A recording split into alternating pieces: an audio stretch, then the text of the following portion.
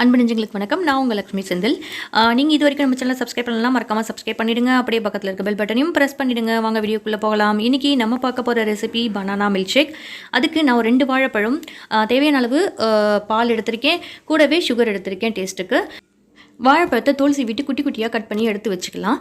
இப்போது இது வந்து ஒரு மிக்ஸி ஜாரில் சேர்த்துக்கலாம். மிக்ஸி ஜாரில் சேர்த்துட்டு தேவையான அளவு சுகர் போட்டுக்கலாம். எக்ஸ்ட்ரா வேணுன்னா மில்க் பவுடர் போட்டுக்கலாம். நான் வந்து மில்க் பவுடர் இன்றைக்கி ஆட் பண்ண போகிறதில்ல, நான் பால் மட்டும்தான் சேர்க்க போகிறேன்.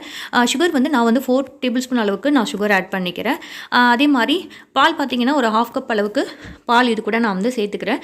சேர்த்துட்டு இதை வந்து நல்லா மிக்ஸியில் நல்லா ஃபைன் பேஸ்ட்டாக நம்ம வந்து அரைச்சி எடுத்துக்க போகிறோம். இப்போது நம்மளுடைய பனானா மில்க் ஷேக் வந்து ரெடி ஆகிடுச்சு. பாருங்க, நல்லா ஃபைனாக வந்து பேஸ்ட் ஆகிடுச்சு. இப்போ இதை வந்து ஒரு கிளாஸில் வந்து நம்ம வந்து ட்ரான்ஸ்ஃபர் பண்ணிக்கலாம். மேலே டெக்கரேஷனுக்கு பார்த்தீங்கன்னா நான் வந்து நட்ஸ் வந்து பொடி பண்ணி வச்சுருக்கேன். ஸோ பாதாம், முந்திரி எல்லாம் அதை வந்து நான் மேலே வந்து கார்னிஷ் பண்ணிக்கிறேன்.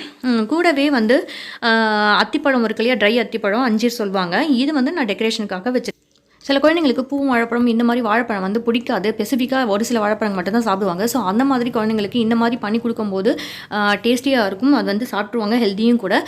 இந்த வீடியோ உங்களுக்கு பிடிச்சிருந்தா மறக்காம சேனலுக்கு கமெண்ட் பண்ணுங்கள், லைக் பண்ணுங்கள், ஷேர் பண்ணுங்கள். மீண்டும் ஒரு அழகான விஷயத்துடன் உங்களை சந்திக்கிறேன். நன்றி.